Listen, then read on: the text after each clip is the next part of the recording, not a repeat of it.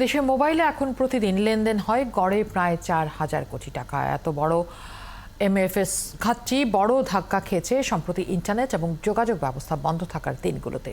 এ থেকে শিক্ষা নিয়ে আর্থিক সেবা খাতের জন্য বিশেষ পরিস্থিতিতে বিকল্প পদ্ধতি ও নীতিমালা প্রস্তুত রাখা জরুরি বলে মনে করছেন সংশ্লিষ্টরা। বিস্তারিত জানাচ্ছেন ঝুলি আলম। দেশের সাধারণ মানুষের বড় অংশের আর্থিক লেনদেন এবং অর্থ হস্তান্তরের বড় অংশই এখন হয় মোবাইলে। এতে অ্যাপ নির্ভরতাও এখন অনেক বেশি। সাম্প্রতিক সহিংসতায় ইন্টারনেট ও যোগাযোগ ব্যবস্থা বন্ধে এই খাত কিভাবে ধাক্কা খায় তা একাত্তরকে বললেন এমএফএস প্রতিষ্ঠানের এই শীর্ষ নির্বাহী। এমএফএস এর যে নিয়মিত যে ট্রানজ্যাকশন, সেই ট্রানজ্যাকশনটা একেবারে মিনিমাম লেভেলে পৌঁছে গিয়েছে।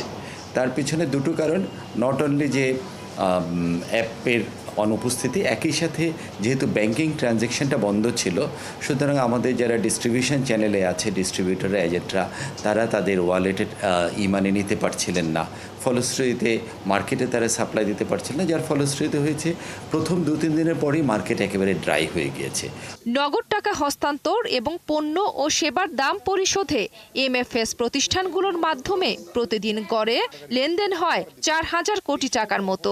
বিশাল এই আর্থিক সেবা খাতের জন্য বিশেষ পরিস্থিতিতে বিকল্প পদ্ধতি প্রস্তুত রাখা জরুরি বলছেন নগদের এমডি। ব্যাংক, এমএফএস যারা আছে তাদের সবারই আসলে টেকনোলজির একটা অল্টারনেটিভ থাকা উচিত। দেখেন, ব্যাংকে এটিএমে টাকা নেই, মানুষ কিন্তু রাস্তা রাস্তায় ঘুরছে, এটিএমে টাকা নেই। কারণ কি? এটিএমে টাকা নেই, এটিএম ডাউন হয়ে আছে। সো যাদের ফিজিক্যাল কানেক্টিভিটি ছিল এটিএমগুলি, যে ব্যাংকগুলির, তাদের এটিএম লাইভ ছিল। আর যাদের ফিজিক্যাল শুধু ক্লাউডের উপর ডিপেন্ডেন্ট, ইন্টারনেটের উপর ডিপেন্ডেন্ট, তারা ডাউন হয়ে গেছিলো।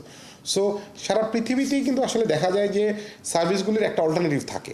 পরিস্থিতি আঁচ করে পূর্ব প্রস্তুতির সুফলও জানালেন তিনি। আমি এটা এনশিওর করেছি যাতে এখানে আমাদের সিস্টেম কোনোভাবে ডাউন না হয়, এবং সেই সময় থেকে আসলে সেই লোডটাও আমরা হ্যান্ডেল করেছি।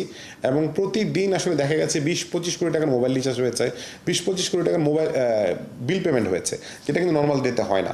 এমএফএস এখন এতই ব্যাপক আর অনিবার্য যে এখানে বিশেষ পরিস্থিতির জন্য বিশেষ নীতিমালাও ভাবতে হবে।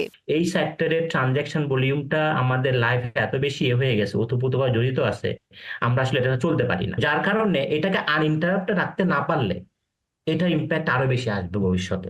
তো আমার মনে হয় এক্ষেত্রে পলিসি লেভেলও আরো ফার্দার মানে রিথিঙ্ক করা উচিত টেকনিক্যাল পার্সপেক্টিভে, যে কিভাবে এটাকে আরো বেশি ইউজারদের কাছে, যাতে এরকম সার্কামস্ট্যান্সেস আমরা মানে ঘটলেও আমরা ট্রানজাকশন কন্টিনিউ করতে পারি।